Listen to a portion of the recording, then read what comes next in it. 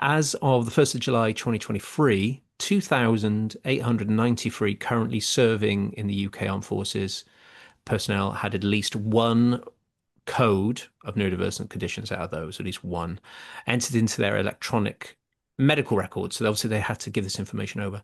Of these, 459 had at least one code for autism.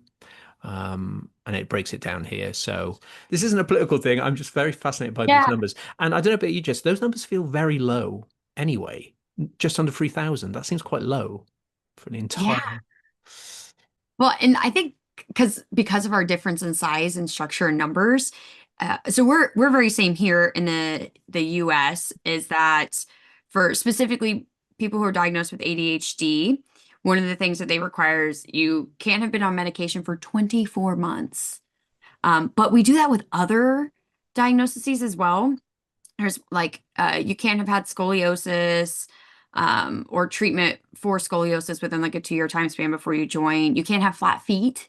Like there's some interesting medical diagnosis, but with all medical diagnoses, there's waivers as well. So there is a waiver, medical waiver, if you had ADHD diagnosis prior to enlisting. So it's all kind of circumstantial. They say no, but I mean, you have to get waivers for tattoos. So there is kind of like it's interesting to see. There's not a whole lot of data saying what the numbers are there, but there was a report that autism was listed as a strict disqualifying condition with no waiver.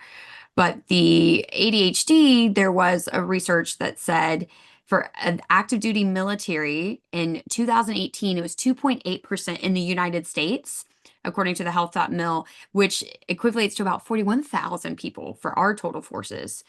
But we have a lot of military and lots of different branches and stuff like that too. I didn't actually dive in to see. I'm going to assume that that included the National Guards, but it might not have. Well, it's a no active military, so no, it shouldn't include the National Guards and active duty numbers. But yeah, 2.8% in 2018 was the most recent data on health.mil that I found, and it was 41,000 people serving Mm. in the US military. So